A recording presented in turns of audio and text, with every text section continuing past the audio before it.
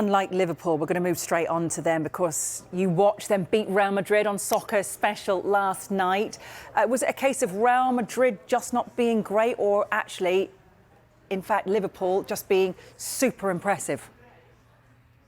Oh, you've got to give credit to Liverpool. Liverpool destroyed them, in my opinion. I thought they were far superior, far better team. And I think Bellingham's come out and said that, that Liverpool are the best team in Europe at the moment. And I don't think you could argue with that, the way they're playing at the moment. I thought they were really good yesterday. They weren't great first half, but stepped it up second half, and Courtois had to make a few good saves, and they scored the goals, and Salah misses the penalty. Very impressive, very impressive. I said on Soccer Special, the Premier League need Man City to win this weekend, because at the moment, if Liverpool go and win this and go 11 points clear of Man City, that's a big ask. I think it's a bit disrespectful when people and everybody's going, oh, there's 20 or 27 games left, long way. Liverpool are a good football team. You've got to remember last year they were right up there to the end. They got a lot of points last year. They haven't come out the blue. Last year they had a little bit of a sticky run at the end, but they were there and thereabouts. So it's not like they're coming from nowhere.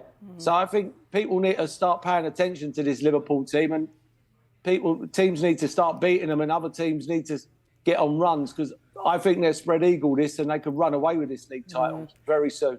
I mean, it really could be a defining week, in fact, for them. We'll look ahead to that match next, but let's just focus a little bit on Arne Slot and give him the credit. He's done an incredible job. Just put into context how he's seamlessly taken over, and has he overachieved?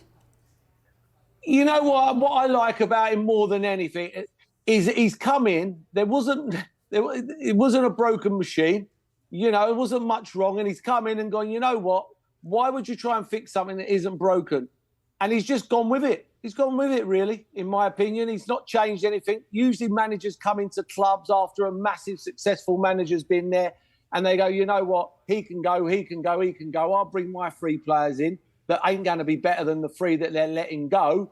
But it just shows it's my team, And he hasn't done that. He hasn't got a big ego. He's gone, you know what, not wrong with this. I'll tweak it a little bit. I think Gravenbach's been absolutely outstanding. He's been an absolute bonus for him.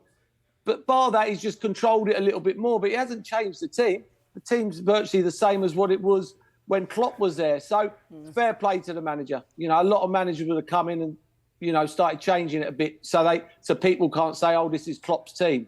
And he's not done that. He's worried more about the team than himself. And he needs a massive pat on the back for that. As does Kevin Kelleher, another clean sheet for him, and of course saving a Kylian Mbappe penalty as well. Alisson still not returned from injury, but could you argue that Kelleher actually deserves maybe to keep his place regardless? How do you work this one out? Oh, 100% he plays. 100% Keeler plays at the moment. Kelleher, he's been absolutely outstanding. Absolutely outstanding. I think the one thing with him being successful so far and being really, really good is you don't have to rush Alisson back.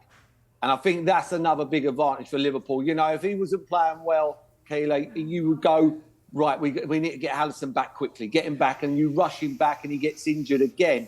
But that hasn't been the case. He doesn't have to rush back. And if he does rush back, he won't get in the team at the moment. I'd be absolutely amazed if he played in front of him at the moment. Right, what about Mo Salah? And who would have thought that? Who would have thought that, Hayley, 1 year ago? One of the top goalkeepers in the world, Alisson, and this is how well he's done. That he would keep him out of the team as we talk today. Yeah, absolutely not. Absolutely not. Who'd have thought, though, Mo Salah in the situation that he's in? If we'd have predicted, maybe not. Missing a penalty as well. He's got a bit of a stir this week with comments around his future.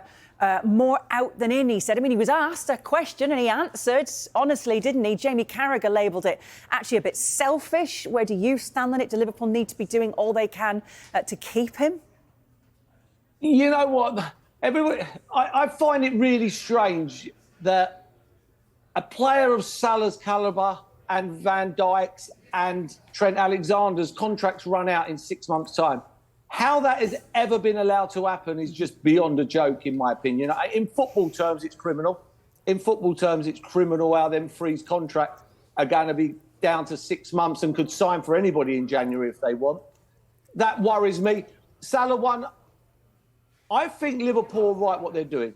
I think they've got to make a stance. I think, he's 32, he's going to be 33, I think, before the season finishes. A 2-3 year contract is, you're talking about 400 grand to a 35, 36-year-old in 2 years' time. That's a lot of money. That's a lot of money. If it was in the now, and, no one preaches more than me about living in the now, I'd give him 400 grand. I give him 400 grand a week every week while he's playing. But I can't give him that, and then in 2 years' time, he's not the player he is now, and he ain't going to be the player he is now. I'm afraid that's the way it works in football. Otherwise, we'd all still be playing football. The older you get to a certain stage. He's at his prime. He's putting up numbers that are phenomenal, and I'm one of his biggest fans. But you can't tell me he's going to be putting them numbers up in 2 years' time.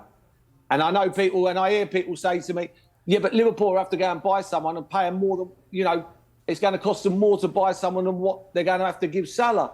But they will have to do it one day. It's no point kicking it down the road for the next 3 years, because you'll be in the same situation as what you are now, where 3 of their top players are all out of contract. It is absolutely mind-blowing. I mean, absolutely. It's unthinkable. It's unthinkable what's happened at Liverpool. Right. They've got City next, a small matter of Manchester City. I mean, it feels weird reading it. They are now without a win in 6 games.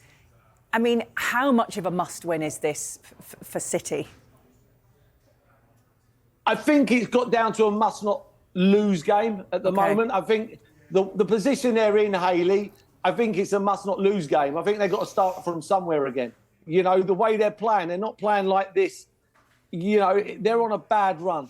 That result the other day would have hurt them. 3-0 up, cruising. You're thinking, here we go, confidence back, start playing it around.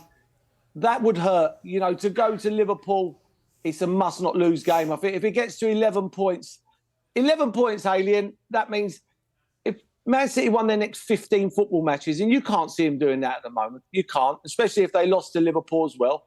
If they went their next 15 games, that would be 27 games gone. They still wouldn't be above Liverpool. Liverpool would have to lose 4 games in their next 15. That's a lot of games for a quality team like Liverpool. The top teams don't lose that many games usually. So that's how massive this game is this weekend. Man City would have to go on an extraordinary run to catch Liverpool if Liverpool won this football match. And I would say that with no confidence as well, because that would be 6 out of 7 defeats. I mean, be unthinkable.